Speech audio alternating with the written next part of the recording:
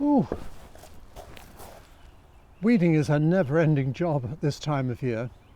We're into May now. Hot some days, not yet too humid. But it's still nice working in the shade in the raised beds. Of course, raised beds are not any novelty. They've been used for maybe hundreds of years. But they're absolutely necessary here for gardening because we have so much clay just underneath the surface. It's very likely that here, very near where the first colonists came to America, they were growing tobacco and maybe later cotton and other crops. And these are crops that impoverish the soil, and they maybe not putting back what they took out. So we end up with poor soil and have to improve it. Or a better option is to build some raised beds. And of course you can do it with brick like this to make them last a century, but also logs are great too. Now, building raised beds is critical because if you don't take care, you will have all sorts of things that you don't want growing up inside.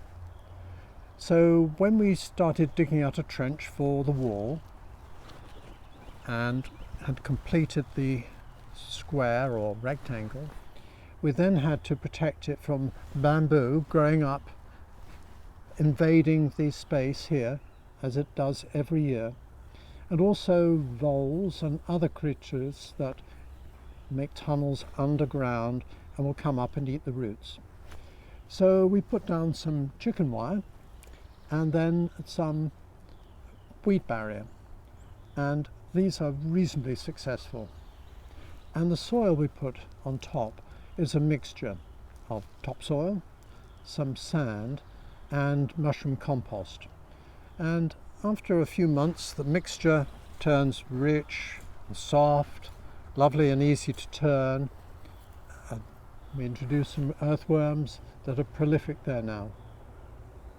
So once we've got the raised beds going, it grows really well here, at least early in the season, and is more tolerant of heat than spinach. This year, however, I'm trying a new type of spinach, so-called spinach. It's called New Zealand spinach, but it's actually not closely related to ours. You can see it developing here amongst these weeds that are growing up, and we'll see how it develops. Gardening is a lot about experimentation.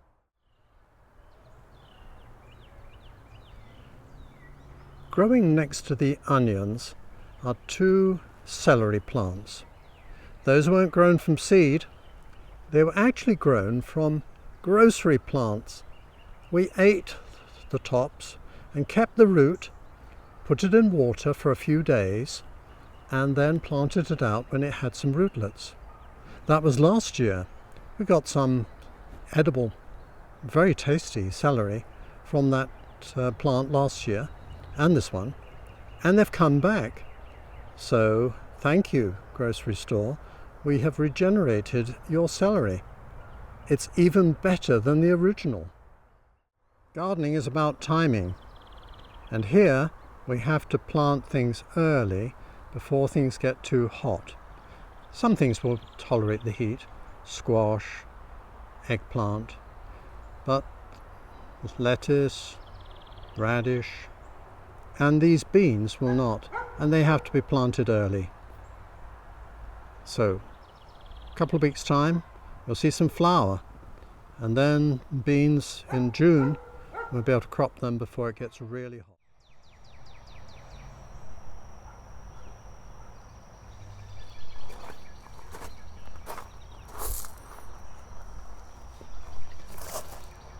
It's June here, and next to the pleasure of eating beans, I love picking them because all the effort is now being rewarded.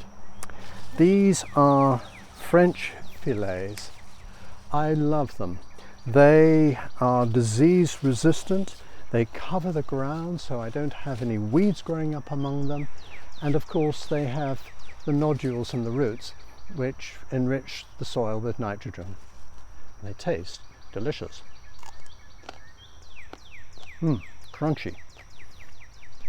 Not too big. Picking them before they're full size, before they get stringy, and picking them in the morning, never in the afternoon, especially here in Virginia where it gets so hot, and you see the leaves and the trees and the flowers drooping, and I'm sure the beans also droop. Well, they get a bit more flexible. They were yesterday afternoon, and they're much more turgid now, because overnight they rehydrate, and then they are ripe for picking now. So I've got a big job to do here, and I'm going to start with this row here, which is actually guarded by the marigolds. Actually, I planted these to keep critters and bugs away, although these plants, the beans, are very resistant anyway. But there's another virtue. They look pretty in the raised beds. So, leave me to get on with the job. Cheerio for now.